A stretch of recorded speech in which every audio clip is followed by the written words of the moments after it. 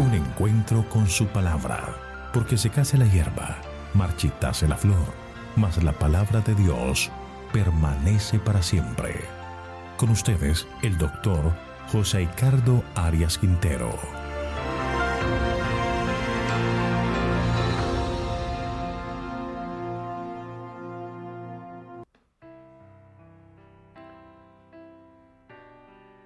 Vamos a estudiar Isaías capítulo 38. Para ello vamos a solicitar la bendición de Dios.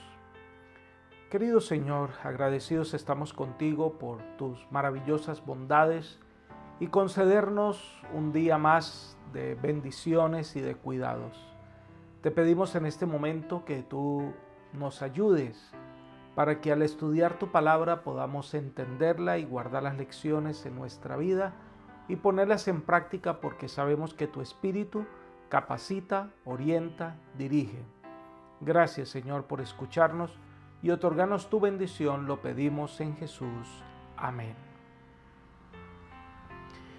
El capítulo 38 de Isaías nos lleva a un tema que aún nosotros hoy queremos experimentar y explicar: la sanidad de las enfermedades. El enfrentar la muerte. Dios hizo un milagro de salvar al pueblo del asedio de Asiria. Su mano poderosa pudo librarlos. Dios peleó la batalla por el pueblo. Pero ahora se habla de una batalla personal, y Dios también obra para llevarnos a la victoria personal. La primera parte es la enfermedad de Ezequías, que se registra en los versículos 1 al 8.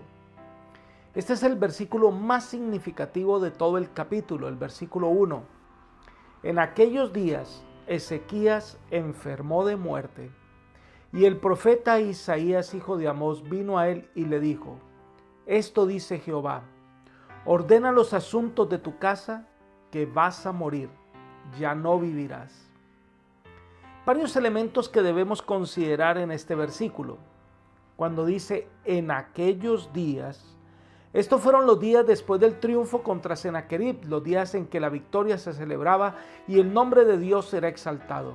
Era el tiempo de celebración, tiempo de reconciliación con Dios. En esos días vino una enfermedad sobre el rey. En segundo lugar, podemos nosotros entender que las enfermedades son el pan diario de nuestro mundo contaminado por el pecado. La enfermedad es el resultado del pecado. No sabemos el tipo de enfermedad que tenía Ezequías, pero era una enfermedad de muerte. A veces en la enfermedad lo que más anhelamos es la sanidad, pero a veces la sanidad no es la solución. Esta es una de las más grandes paradojas de este mundo infestado por el pecado. Muchas personas suponen que si uno es un hijo fiel a Dios y cumple los mandamientos divinos, que la enfermedad o el dolor o la muerte no aparecerá en su vida. Y cuando ella llega, Dios interviene y sana. Pero a veces las cosas no son así. La historia de Job nos enseña que la enfermedad puede venir como resultado de un ataque directo del enemigo para hacernos dudar del amor de Dios y darle la espalda al Creador. Otras veces las enfermedades son adquiridas por nuestros malos hábitos de vida, y otras veces la enfermedad es el resultado de la herencia. Pero lo que todos anhelan es que Dios venga, intervenga y seamos sanos. Pero a veces no ocurre así. Este es el caso de Ezequías. Dios le dijo: prepárate porque vas a morir. Tu enfermedad sí es de muerte. ¿Qué Dios tan misericordioso que le avisa a Ezequías: mira, arregla tus asuntos familiares, pon tus asuntos al día, que vas a morir? Dios podía haber enviado un mensaje diciendo: mira, te voy a sanar, mira, te voy a quitar esta enfermedad, tranquilo, te vas a sanar. Pero la vida es un don de Dios. Él es el dueño de la vida y Él sabe lo que es mejor para nosotros. ¿Creemos esto de verdad? ¿Tenemos tanta confianza en Dios como para esperar que Él haga su voluntad? Puede ser que no entendamos todo lo que pasa, puede ser que no veamos el panorama claro, pero ¿confías en Dios? Señor, hágase tu voluntad. ¿Entendemos lo que esto significa? A veces cuando oramos por los enfermos parece que le damos órdenes a Dios y queremos que la persona sea levantada de su lecho, pero ¿eso es lo mejor para Él? Con respecto a esto, Elena de White explica: cuando acudimos a Él, Debemos orar porque nos permita comprender y realizar su propósito y que nuestros deseos e intereses se pierdan en los suyos. Debemos reconocer que aceptamos su voluntad y no orar para que Él nos conceda lo que le pedimos. Es mejor para nosotros que Dios no conteste siempre nuestras oraciones en el tiempo y la manera que nosotros deseamos. Él hará para nosotros algo superior al cumplimiento de todos nuestros deseos, porque nuestra sabiduría es insensatez. Joya de los Testimonios, tomo 1, página 212. Y con respecto a algunos que en el lecho del enfermo hacen promesas y entonces el Señor les concede el don de la vida y después se olvidan del camino del Señor. Ella comenta: hemos observado ansiosamente a los que nos fueron devueltos, por así decirlo, de entre los muertos. Hemos visto a algunos de estos, especialmente jóvenes, que recobran la salud, se olvidaron luego de Dios, se entregaron a una vida disoluta, ocasionaron así pesar y angustia a sus padres y a sus amigos y avergonzaron a aquellos que temían orar. No vivieron para honrar y glorificar a Dios, sino para maldecirlo con sus vidas viciosas. Joya de los Testimonios, tomo 1, página 213. A veces la sanidad no es la mejor opción. A veces Dios nos llama y nos dice que es mejor que te prepares para morir. Arregla tus asuntos, pon tu casa al día. Esa fue la experiencia de Ezequías. Y si hubiese muerto allí, su historia había sido intachable. Pero cuando se le prolongó su vida, su historia quedó manchada. Pero hizo esto que no agradó al Señor. En cuarto lugar, los que vivimos sabemos que hemos de morir. El Señor nos dice: pon tus asuntos en orden, pon tus asuntos al día. Cada vez que salimos de nuestras casas para enfrentar los asuntos cotidianos, debemos tener nuestros asuntos al día con Dios, porque muchos que salen no regresan. Dios te pide que mientras estás vivo, pon tus asuntos al día. Dios te da este tiempo de gracia para que arregles tus asuntos, porque cuando mueras ya no hay más oportunidad, ya no hay manera de volver atrás, ya tu situación quedó definida para siempre. Ezequías, cuando escucha el mensaje de parte de Dios por boca del profeta Isaías sobre su muerte, entonces eleva una oración pidiendo al Señor sanidad, versículos 2 y 3. Entonces volvió Ezequías su rostro a la pared e hizo oración a Jehová y dijo: Jehová, te ruego que recuerdes ahora que han andado delante de ti en verdad y con íntegro corazón, y que he hecho lo que ha sido agradable delante de tus ojos. Y lloró Ezequías con gran llanto. Ezequías reclama a Dios que no le permita morir. Ezequías le pide que le diera más vida. Al parecer tenía alrededor de unos 40 años de edad y le parecía que era poco tiempo de vida. Señor, hay mucho más por vivir, hay mucho más por hacer. Pero en esta oración no dice que sea de acuerdo a tu voluntad. Él quería la sanidad. Algo que debemos tener en cuenta es que si oramos, Dios puede hacer por nosotros lo que no haría si no orásemos. Al pedir una sanidad debemos hacerlo con un espíritu sumiso. Solo Dios sabe si esa respuesta a la petición sería para el bien de los que le ruegan. Lo interesante es que Dios le contesta y le concede a Ezequías 15 años más de vida. Versículos 4 y 5. Entonces vino palabra de Jehová a Isaías diciendo: Ve y dile a Ezequías: Jehová, Dios de tu padre, David, dice así: He oído tu oración, he visto tus lágrimas.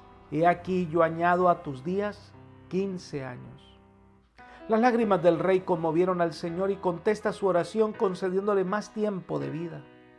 A veces Dios nos permite pasar por ciertas circunstancias para que entendamos que es mejor sus caminos que los nuestros. Y no solo le contesta de manera positiva, sino que además le da una señal haciendo retroceder la sombra en el reloj de arena. Versículos 7 y 8. Esto te será por señal de parte de Jehová, que Jehová hará esto que ha dicho. He aquí, yo haré regresar la sombra 10 grados, más de los grados que ya ha descendido en el reloj de Acaz. Y volvió el sol 10 grados atrás sobre los cuales ya había descendido. La señal dada antes del sanamiento tenía el propósito de fortalecer la fe del rey y la del pueblo. Esta señal era la más difícil de todas. El reloj del sol proyecta su sombra y va avanzando a medida que el día avanza. Pero hacer que la sombra del reloj retrocediera era algo sumamente extraordinario. Esto demuestra lo maravilloso y bondadoso que es Dios con nosotros. Esta historia nos fue dejada para que entendamos que los caminos de Dios son mejores que nuestro camino. Dios contesta las oraciones, Dios escucha nuestras oraciones y Dios hace lo que en su sabiduría considera que es lo mejor para nosotros. La experiencia de Ezequías nos muestra que aún Dios que escucha es un Dios que está cercano al hombre, que interactúa con el hombre. Dios no está alejado de nuestras necesidades. Dios no está ausente de nuestros problemas. Él está allí para salvarnos. En los versículos 9 a 22 se registra un poema que escribió Ezequías, en el que refiere su experiencia. En la primera parte, versículos 9 al 14, se refiere a su reacción ante el anuncio de su muerte. Versículo 9. Escrito de Ezequías, rey de Judá, de cuando enfermó y sanó de su enfermedad. Ezequías escribe un poema sobre la vivencia de un hombre que, frente a la muerte, pide fervientemente que se le conceda la vida y su oración es contestada. Es posible que no se haya mencionado detalles del carácter más personal, a fin de que el poema fuera apropiado para el uso litúrgico. El rey enfermó y sanó. Es una experiencia única. Versículos 10 y 11. Yo dije, en la mitad de mis días me iré a las puertas del Seol. Privado soy del resto de mis años. Y dije, no veré allá en la tierra de los vivientes. Ya no veré más a los hombres entre los moradores del mundo. ¿Cómo morir si estaba joven y tenía mucha vida por delante, muchos planes? Sabía que su muerte ya no tendría más oportunidad para hablar con Dios, ya no podría comunicarse ni con Dios ni con los que estén vivos. Esto claramente nos muestra el estado de los muertos, que es de total inconsciencia. No hay nada que quede vivo de Ezequías que insinúe que va a ir al cielo a rodearse de ángeles y a ver la tierra y ayudar a sus familiares. No, por el contrario, va a un lugar que es de total silencio. Entonces cuenta su clamor, su llanto ante la noticia. No parecía resignarse a la realidad de su muerte, versículos 13 y 14. Yo clamo hasta la mañana. Él, como un león, muele todos mis huesos. De la noche a la mañana terminarás conmigo. Como la grulla y como la golondrina me estoy quejando. Gimo como la paloma y alzo hacia lo alto mis ojos. Jehová, violencia padezco, fortaléceme. Ezequías se siente impotente ante la muerte. Esto lo ve inevitable y entonces desea reconciliarse. Entonces, como una grulla solitaria, clama a Dios y pide liberación del terror de lo que se cernía sobre él y dice, fortaléceme. El gemido del rey significa sé tú mi fiador. La figura es la de un deudor que se encuentra a merced de su acreedor exigente.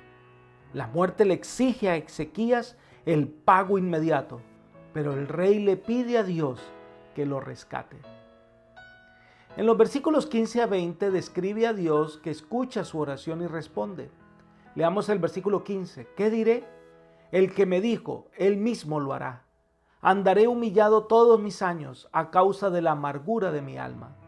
Algunos han sugerido que se refiere a la sorpresa del enfermo por su repentino restablecimiento, a quien le faltan palabras para expresar agradecimiento a Dios. Va a aprender a esperar en Dios y en su dirección. Versículos 16 y 17. Señor, por estas cosas los hombres viven, y en todas ellas está la vida de mi espíritu, pues tú me restablecerás y harás que viva. He aquí gran amargura me sobrevino en la paz, pero a ti te agrado librar mi alma del hoyo de corrupción, porque echaste tras tus espaldas todos mis pecados. El hombre vive por la palabra de Dios. Cuando Ezequías encontró la salud corporal, también encontró la salud espiritual. El Señor le dio al rey mucho más de lo que pedía. Había encontrado paz y también el Señor le concedió el perdón de todos sus pecados. Versículos 18 al 20. Pues el Seol no te exaltará ni te alabará la muerte. ni los que descienden al sepulcro esperarán en tu verdad. El que vive, éste te dará alabanza, como yo hoy. El Padre hará notoria tu verdad a los hijos. Jehová me salva. Por eso tocaremos nuestros instrumentos y cantaremos en la casa de Jehová todos los días de nuestra vida. Así que aquí él dice que estando vivo, él va a alabar al Señor. Y toca de manera muy clara el tema del estado de inconsciencia en la muerte. Allí el sepulcro no te alabaré, los muertos no alaban al Señor. Pero ahora vivo, le alabaré por mucho más tiempo, por todo el tiempo que me concedas, yo te alabaré. Y se registra algo interesante en los versículos 21 y 22. Y había dicho Isaías: tomen una masa de higos y pónganla en la llaga y sanará. Había asimismo dicho Ezequías: ¿qué señal tendré de que subiré a la casa de Jehová? Hay algo interesante. Dios puede sanarnos sin la intervención de nadie ni de nada. Pero a veces Dios usa tratamientos sencillos o remedios naturales para que seamos sanados de las enfermedades. El usar los remedios o tratamientos médicos no demuestra falta de fe. Por el contrario, negarse a hacerse el tratamiento es presunción y revela una falta de buen juicio. Pero el texto dice que el rey pidió una señal. Isaías le había dicho que en 3 días se levantaría y podrá ir al templo a adorar. Pero el rey pide una señal que Dios le concedió para fortalecer su fe. Y por este medio el pueblo de Judá llegaría a entender que Dios es quien obra y Dios en verdad está activo y desea salvarnos del pecado y la muerte. Esta señal que Dios dio de hacer retroceder no solo impactó al rey, impactó a Judá, sino que también impactó a muchas otras naciones de la tierra. Y eso lo estudiaremos más adelante. Ahora, querido amigo y hermano, si Dios viniera hoy y te dijera: arregla tus cosas que debes morir, ¿qué cosas tienes pendiente? ¿Qué deberías arreglar para asegurarte la salvación? ¿Qué asuntos tienes pendientes de arreglar con tu familia? ¿Cómo enfrentarías la noticia de la muerte? Es en esta situación cuando las prioridades se ponen en orden. Es allí donde queremos reconciliarnos con nuestra familia, arreglar nuestra vida espiritual, tener paz con Dios y con los que nos rodean. Saben, la mayoría no tiene oportunidad de arreglar las cosas. Muchos mueren y ni siquiera se dieron cuenta que se murieron. Entonces, ¿por qué más bien no vivimos con nuestros asuntos arreglados con Dios y con nuestra familia? Tengamos todo el día como si fuéramos a morir hoy y proyectemos nuestros planes como si viviéramos 100 años. Y recuerda que el Señor está allí. Espera en Él. Esta es la mejor garantía de vida que podamos tener. Que el Señor hoy te acompañe y te fortalezca. Amén.